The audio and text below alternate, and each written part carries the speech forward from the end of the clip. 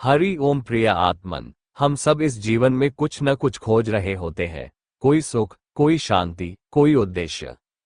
लेकिन क्या आपने कभी सोचा है कि क्या हम वास्तव में केवल ये दिखने वाला शरीर ही है, या इससे अलग भी कुछ है?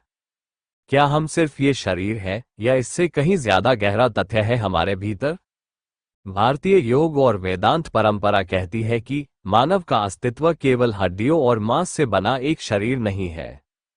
हमारे शरीर के भीतर एक आत्मा है जो शुद्ध, शांत और नित्य है। लेकिन उस आत्मा तक पहुंचने के लिए हमें शरीर के कई कोशों और कुछ परतों को पार करना पड़ता है। सनातन धर्म में इन्हीं परतों को 3 शरीर और 5 कोशों के रूप में बांटा गया है और बताया गया है। प्रिय आत्मन, अब आप सोच सकते हैं, ये सब तो अच्छा है, लेकिन इससे हमारा क्या भला होगा? प्रिय आत्मन, इन कोशों का संतुलन ही हमारे जीवन को संतुलित और एक सफल जीवन जीने में मुख्य कारक होते हैं। इन्हें समझकर और बिना मूल्य छोटे छोटे प्रयत्नों से संतुलित और जागृत कर हम एक सार्थक जीवन जी सकते हैं। तो प्रिय आत्मन, आज के इस वीडियो में हम लोग इन शरीरों और कोशों को सरल भाषा में समझेंगे, साथ ही इन्हें संतुलित और जागृत करने के आसान अभ्यासों को भी जानेंगे। तो आइए इसे बेहद आसान और जीवन से जुड़ी सरल भाषा में समझते हैं। ये बहुत महत्वपूर्ण विषय है, आप इसे ध्यान से समझिएगा और वीडियो को लाइक और शेयर भी कीजिएगा। साथ ही अगर आप इन कोशों के किसी एक भाग तक पहुंचे हैं तो ये कमेंट कर जरूर बताइएगा। मानव के 3 शरीर हैं। भारतीय अध्यात्म दर्शन के अनुसार हमारे शरीर के 3 भाग हैं, जिसमें एक तो हमारा स्थूल शरीर है जिसे हम फिजिकल बॉडी कहते हैं। यह वही शरीर है जो हमें आईने में दिखता है, जिसे हम अपनी आंखों से देखते हैं और जो हम सबको दिखता है। ये शरीर हमें चलने, खाने, देखने, बोलने, काम करने में मदद करता है। और हमारा ये शरीर 5 तत्वों से बना है। पृथ्वी, जल, अग्नि, वायु और आकाश से ही इस शरीर की रचना हुई है।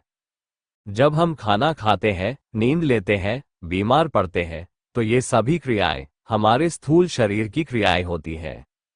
ये स्थूल शरीर जन्म लेता है, बड़ा होता है और एक दिन मर जाता है, यानी कि मिट जाता है और उन्हीं 5 तत्वों में मिल जाता है जिनसे ये बना होता है। लेकिन क्या आपने कभी सोचा है कि क्या हम सिर्फ यही शरीर ही है या इसके अतिरिक्त भी कुछ है? प्रिय आत्मन, ये जो स्थूल शरीर दिखता है, इसके अतिरिक्त हमारे शरीर का दूसरा परत है जिसे सूक्ष्म शरीर या सटल बॉडी कहते हैं। ये शरीर हमें साधारण आंखों से नहीं दिखता है, लेकिन ये हर समय सक्रिय रहता है। दिखने वाले स्थूल शरीर के सो जाने पर भी सूक्ष्म शरीर सक्रिय रहता है। ये सूक्ष्म शरीर मन, बुद्धि, 5 प्राण, 5 ज्ञानेंद्रियों और अहंकार से बना होता है। हमारा मन जो सोचता है, हमारी बुद्धि जो निर्णय लेती है, हमारा अहंकार जो खुद को मैं कहता है, और 5 ज्ञानेंद्रियां, 5 कर्मेंद्रियां और 5 प्राण इस सूक्ष्म शरीर के कारक होते हैं। जब आप उदास होते हैं, गुस्सा करते हैं, किसी की याद में खो जाते हैं, ये सब सूक्ष्म शरीर की ही गतिविधियां हैं। मृत्यु के समय स्थूल शरीर यहीं रह जाता है, लेकिन सूक्ष्म शरीर आत्मा के साथ अगले जन्म तक जाता है। तीसरा है कारण शरीर, जिसे कॉजल बॉडी भी कहते हैं। ये शरीर सबसे सूक्ष्म और रहस्यमयी है। इसमें हमारे पिछले जन्मों के कर्मों के बीज, इच्छाएं और संस्कार छिपे होते हैं। इसी के अनुसार जीव का प्रारब्ध और अगले जन्म का निर्धारण होता है। आप क्यों किसी काम की तरफ खींचते हैं, क्यों किसी चीज से डरते हैं या किसी से खास जुड़ाव महसूस करते हैं? इन सबके पीछे कारण शरीर का तथ्य काम करता है। इसे अज्ञान का शरीर भी कहते हैं, क्योंकि इसके कारण ही आत्मा का ज्ञान ढका होता है। सूक्ष्म शरीर और कारण शरीर का संयुक्त रूप ही जीवात्मा होता है, जो आत्मा के प्रकाश से प्रकाशित और सक्रिय होता है। जैसे चंद्रमा सूर्य के प्रकाश से प्रकाशित होता है, इस तरह जीवों के शरीर में आत्मा सूर्य रूप है तो जीवात्मा चंद्रमा है। अगर आप आत्मा जीवात्मा के अंतर को ठीक से समझना चाहते हैं तो इस विषय पर कई वीडियो इसी चैनल पर है, जिन्हें आप देख सकते हैं। उन वीडियोस के लिंक भी आपको डिस्क्रिप्शन बॉक्स में मिल जाएगा। अब चलिए शरीर के अंदर के उन 5 परतों को भी समझते हैं। जैसे प्याज की परतें होती है, वैसे ही आत्मा के ऊपर 5 कोश है। इनको पार करते हुए हम आत्मा के निकट पहुंचते हैं। पहला है अन्नमय कोश। ये कोश हमारे स्थूल शरीर से जुड़ा है। ये भोजन से बना है, इसलिए इसका नाम अन्नमय कोश है। अन्नमय कोश वह शरीर है जो अन्न यानी भोजन से बना है, और भोजन से ही कोई भी जीव जीवित रहता है। जैसा भोजन वैसा मन, ये कहावत इसी कोश के लिए है। जैसे कोई मकान ईंट पत्थर से बनता है, वैसे ही हमारा शरीर अन्न से बनता है। जो अन्न हम खाते हैं वही शरीर की कोशिकाओं, रक्त और मांस आदि में बदलता है। योग साधना का पहला कदम इसी अन्नमय कोश से शुरू होता है। जब तक शरीर स्वस्थ और संतुलित नहीं होगा, तब तक आगे की साधनाएं प्राणमय और मनोमय कोश सफल नहीं हो सकती। सात्विक और शुद्ध भोजन लेने से, समय पर खाना लेने से और ओवर ईटिंग से बचने से ये कोश संतुलित रहता है। दूसरा है प्राणमय कोश। यह अन्नमय कोश से अधिक सूक्ष्म होता है और पूरे शरीर में जीवन शक्ति यानी कि प्राण का प्रवाह सुनिश्चित करता है। ये कोश जीवन ऊर्जा से बना है, जिसे हम प्राण कहते हैं। श्वास लेना, हृदय की धड़कन, खून का संचार, ये सब इसी ऊर्जा से होता है। प्राणमय कोश हमारे जीवन ऊर्जा का भंडार है। सांस लेना, दिल का धड़कना, खून का बहना, ये सब इसी से होता है। अगर प्राणमय कोश कमजोर हो जाए तो थकान, चिड़चिड़ापन और बीमारियां बढ़ने लगती हैं। प्राणायाम और ध्यान से इसे मजबूत किया जा सकता है। प्राण स्वस्थ तो शरीर भी स्वस्थ। तीसरा है मनोमय कोश। ये कोश हमारे मन, विचारों और भावनाओं से बना होता है। मनोमय कोश यानी मन और भावनाओं का केंद्र, यही हमारे विचार, इच्छाएं और भावनाएं बनते हैं।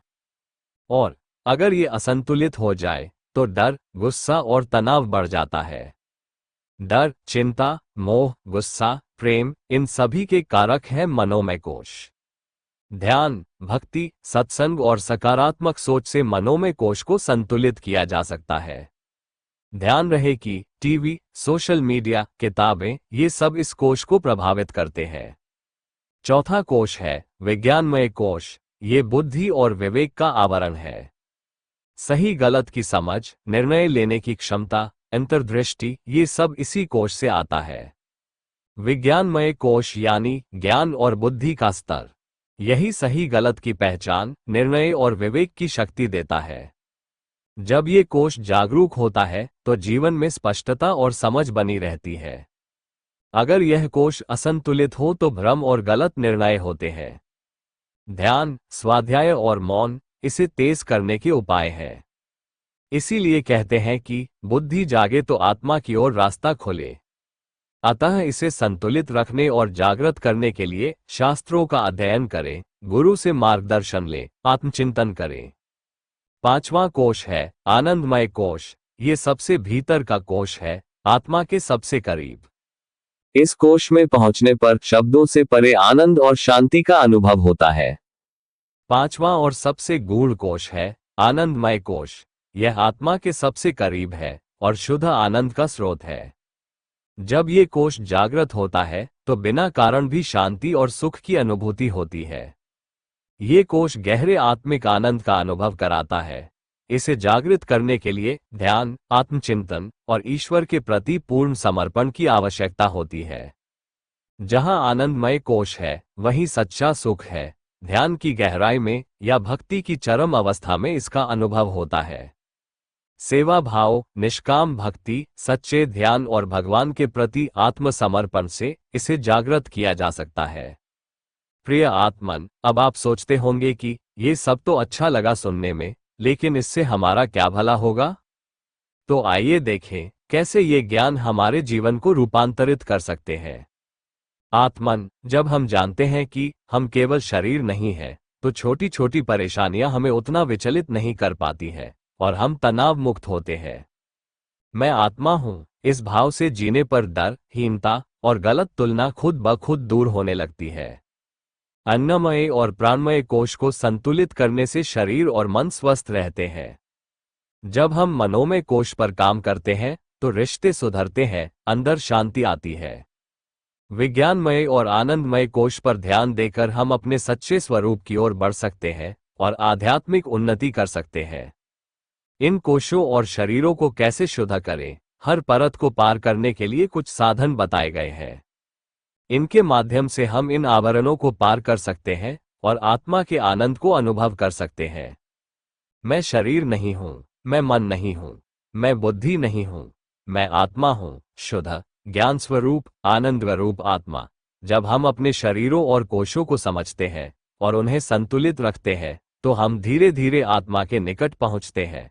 और यही जीवन की सबसे सुंदर यात्रा होती है, बाहर से भीतर की ओर। अगर आपको इस वीडियो की जानकारी उपयोगी लगा हो तो आप इस वीडियो को लाइक और शेयर करें तथा इसी तरह की वीडियो के लिए इस चैनल को सब्सक्राइब भी कर लें। धन्यवाद। हरि ओम तत्सत।